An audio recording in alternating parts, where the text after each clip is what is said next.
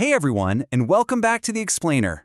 Today, we are unpacking what is honestly one of the most remarkable business transformation stories of the last few decades.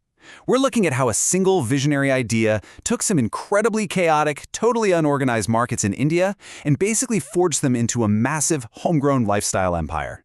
If you love understanding how complex, fragmented industries are brought to order through sheer innovation and strategy, you are absolutely in the right place. Let's get into it. Okay, let's dive right into this. Picture this. The year is 1977. It's a warm March night, right around 10 p.m. to be exact.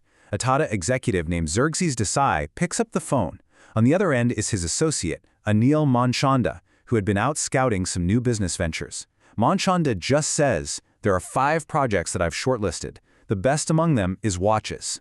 That single late-night revelation, that was the spark. But you know, it would actually take an agonizing 10 years of navigating heavy bureaucracy and all that pre-liberalization red tape before that spark finally ignited into the brand we now know as Titan. All right, part 1, breaking the watch monopoly.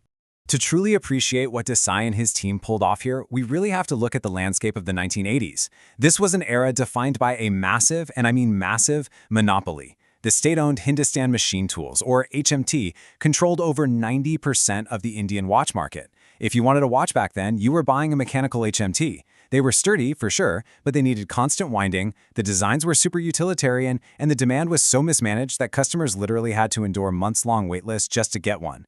Xerxes Desai looked at this and envisioned a total paradigm shift. He didn't just want to make watches, he wanted to bring the global quartz revolution straight to the Indian middle class, offering highly accurate, beautifully designed timepieces that you could buy right then and there, right off a showroom floor. And that vision actually became a reality through a 1984 joint venture between Tata Industries and TIDCO, the Tamil Nadu Industrial Development Corporation. When Titan officially launched its first watches in 1987, they were priced super accessibly, between 350 and 900 rupees. The impact was just absolute. Titan's sleek, international standard quartz watches completely disrupted that old mechanical monopoly. Within just a few years, Titan didn't just capture market share, they fundamentally transformed India into a quartz-only market. Moving on to number 2, building communities in Hosur. Now this journey is far more than just a technological shift. When TIDCO partnered with Tata, the government mandate was crystal clear. This project had to generate manufacturing employment. So they chose Hosur, which was this sleepy little town in Tamil Nadu with barely 20,000 residents, to build their precision watchmaking team completely from the ground up. And building a precision watchmaking team from scratch? That required a highly unusual, deeply human-centric recruitment process. Titan's recruiters literally scoured remote villages and small towns, testing 17-year-old school leavers for aptitude. The standards were brutal. Only about 3% were selected. But here's the most fascinating part. Because these young recruits had never left their villages, Titan actually set up transit homes complete with foster parents to take care of them. They weren't just assembling watches, they were building a thriving community. It just brilliantly illustrates how deeply investing in human dignity from day one builds unparalleled brand loyalty. Okay, section 3, innovating the Titan edge. Fast forward a bit to 1997. Titan is totally dominating the Indian market, but their engineers? Well, they were getting kind of restless. 2 executives, B.G. Dwarkanath and Subramanya Bhatt, walked into Xerxes Desai's office with a wildly audacious proposal. They wanted to build the slimmest watch movement in the world, a mechanism just 1.15 millimeters thin. We're talking as thin as a credit card. Now this was a massive risk. Ultra-slim movements were incredibly expensive to develop and were practically museum pieces over in Europe. Desai listened to the pitch, knowing full well the technical mountain they were about to climb. There was this long silence. And then, in his soft Oxford accent, Desai simply replied with 2 words. Go ahead. That quiet empowerment set the stage for one of India's absolute greatest engineering triumphs. But of course, the road to innovation hit a massive roadblock when it came to global collaboration. The Indian team actually succeeded in designing the ultra-slim movement, but when they tried to sell it to legacy Swiss watchmakers, or even just partner with them to build the specialized ultra-thin water-resistant case they needed, the Swiss outright refused. No way! They claimed an Indian-made movement would dilute their brand prestige, and they absolutely wouldn't share their casing expertise. Undeterred, the team at Hosur just decided to do the impossible, entirely in-house. I mean, they indigenized a highly efficient step motor that drew so little power, it was the equivalent of a 50-year battery life for a standard light bulb. Just think about that. And to prevent the ultra-thin face from shattering, they used sapphire crystal instead of regular glass. The result? The 2002 launch of the Titan Edge. The entire watch, case and all, was just 3.5 millimeters thin and weighed a mere 14 grams. It was a globally recognized horological marvel, entirely made in India. Let's shift gears to number 4, organizing the jewelry market. Having successfully organized the watch sector, Titan set its sights on an even more chaotic landscape, the Indian jewelry market. In the mid-90s, roughly 70% of this market was entirely unorganized, completely dominated by local family jewelers. The biggest challenge Titan faced with their new brand, Tanishq, was the blind, multi-generational trust Indian consumers had in these local jewelers. To disrupt this, Tanishq brought in a device in 1997 called the karat meter. It allowed customers to bring in their old family gold and actually test it right there in the store. And wow, the results were shocking. Customers discovered that the 22-karat gold they had trusted for generations was actually 19 or 20 karat.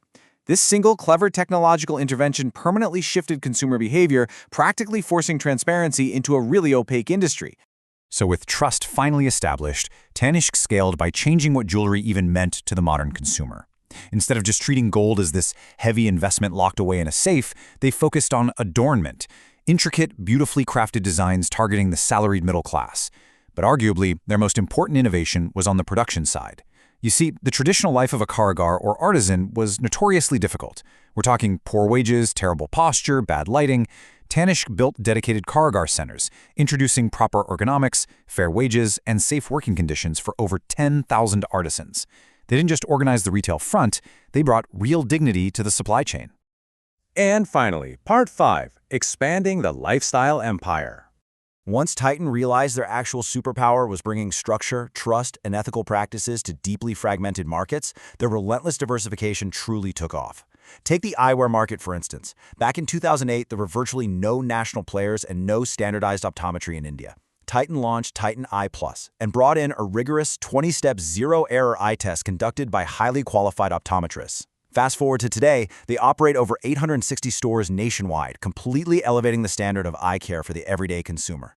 Then, in 2017, they turned to one of India's oldest and probably most complex, unorganized sectors, handloom textiles. Launching the brand Tanira, they set out to curate authentic, handcrafted saris from over 100 different weaving clusters across the entire country. We're talking everything from the rich silks of Kanchipuram to the intricate weaves of Varanasi. But just like with their watchmakers and jewelers, the core focus remained on the creators themselves. Handloom weaving was essentially a dying profession because it just wasn't financially viable anymore. Tanira stepped in, and they're currently supporting over 10,000 weavers. They set up these weaver shalas, modernizing the infrastructure, improving hygiene, and ensuring a sustained, respectable income, which ultimately protects this ancient craft for the next generation. And yet, through all of this, they never lost their ambition for pure horological excellence. In a super surprising recent development, Titan announced their entry into the highest echelon of global watchmaking, haute horlogerie. The Jalsa Majestics Tourbillon, priced at an astonishing 40.5 lakhs, features an in-house flying tourbillon and a gorgeous hand-painted dial honoring the Hawa Mahal.